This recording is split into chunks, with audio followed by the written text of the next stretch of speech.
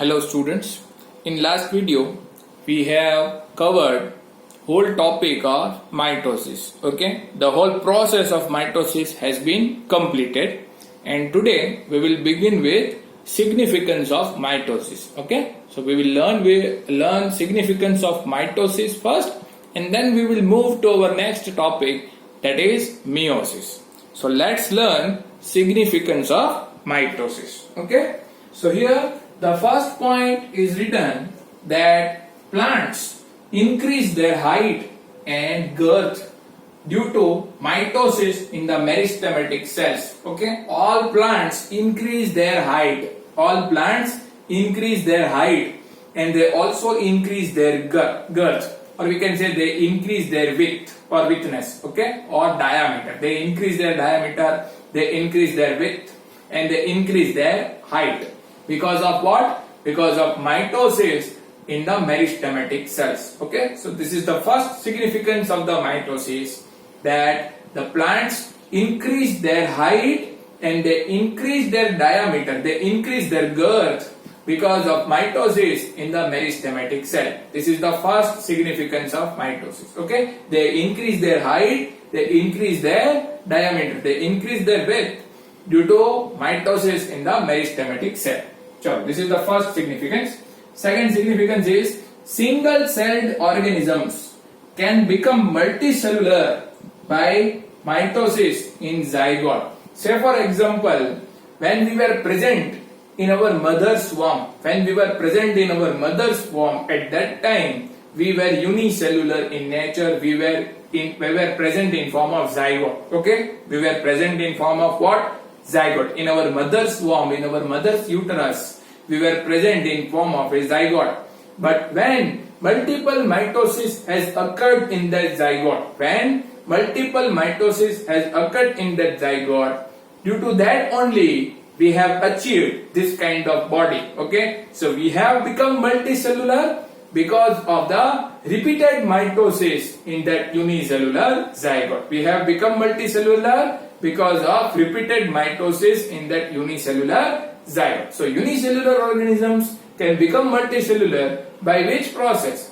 By the process of repeated mitosis, and this mitosis has occurred in the zygote. Okay, so single-celled organisms can become, or organisms become multicellular by mitosis in the zygote. Okay, due to repeated mitosis which has occurred in that zygote, by only that process we have achieved this kind of body. Okay, so our body is multicellular in nature. This has become multicellular by repeated mitosis in the zygote. Then animals increase their body size due to mitosis in cell. Initially we were small. When we were killed, we were small in size. But when we become adult, at that time the size of the body has been increased.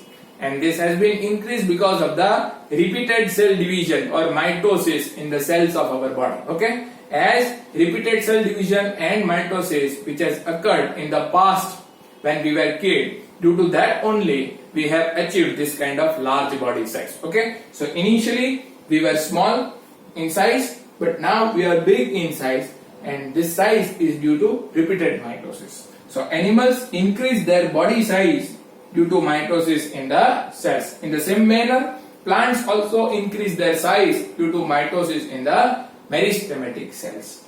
Now let's talk about damaged cells and dead cells. Repair of the damaged cells and dead cells. In our body, some cells get continuously damaged and they become dead in nature. So sometimes we need to replace those damaged cells and dead cells. Okay, in our body, some cells continuously get damaged and they become dead in nature. So those cells need to be replaced continuously, and this replacement occurs by a process of mitosis. Say for example, in our stomach, the mucosa cells are continuously destroyed because of the acid that is present in our stomach. In our body, in our stomach, acid is there. And when this acid comes into the contact with the mucosa layer, some cells of that mucosal layer will get damaged. Some cells of the mucosal layer will get damaged. So those mucosal cells need to be reproduced continuously, or they need to be regenerated continuously. And that regeneration takes place via process of mitosis. Okay.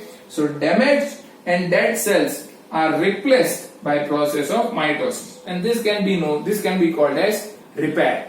So mitosis helps in the repair of the cells. In our body, some cells are continuously reproduced by mitosis. Say for example, red blood corpuscles and leukocytes. When the red blood corpuscles are damaged, when the leukocytes are damaged, the new cells need to be reproduced. Okay, after every 120th day, the RBC will get destroyed. Okay, so after every 120th day we need to produce new RBC. And that reformation occurs by the mitosis.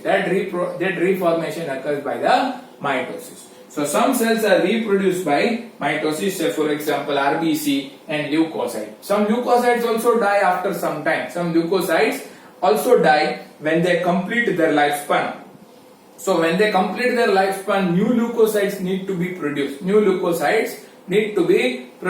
that reproduction occurs with the help of mitosis. Okay, so this is all about significance of the mitosis. What we have said that plants increase their height and girth because of the mitosis in the meristematic cell. Single-celled organisms can become multicellular because of mitosis in the zygote. Animals increase their body size because of the mitosis in the body cells. Damaged cells and dead cells are replaced because of the process of mitosis. So in this manner, mitosis helps in the cell repair. And its example is when due to acidic gastric juice, when the mucosal layer of the stomach gets destroyed, it will be reproduced because of the mitosis. Okay, when the mucosal layer of the stomach gets destroyed because of the acid of the stomach, it will be reproduced because of the mitosis. And then some cells are reproduced by mitosis, say for example RBC and leukocyte. When RBC and leukocyte complete their lifespan, new RBC and new leukocytes will be produced by process of mitosis. This is all about significance of the mitosis. Now let's learn about meiosis. In this video, we will talk about introduction of the meiosis only, because meiosis is a tough process to understand. And after its introduction, it takes a long video to understand the prophase one. Okay, so we will understand the introduction only. We will start the prophase one in the next video. Okay, so let's learn the introduction of the meiosis. Meiosis generally occurs in diploid cells only, whereas mitosis can take place in both diploid as well as haploid cells. This point we have covered in the earlier videos also. Meiosis takes place in the diploid cell only, whereas mitosis occurs in both diploid as well as haploid cell. And meiosis occurs only in the diploid cells. Okay, and the cell which undergoes meiosis is known as meiocyte. Okay, so the cell which undergoes meiosis is called meiocyte. Then where we will find the process of meiosis in our body? In our body, meiosis occurs in the gonads, okay, or meiosis takes place in the gonads of the animal. It occurs in the gonads of animal, like in testes as well as in ovary.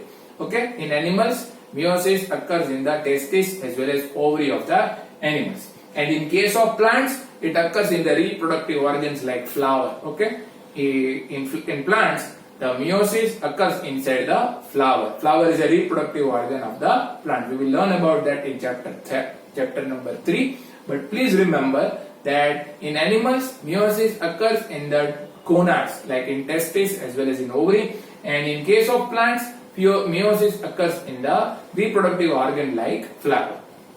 Then, after the process of meiosis, 4 different types of gametes, here T is absent, 4 different types of gametes are produced.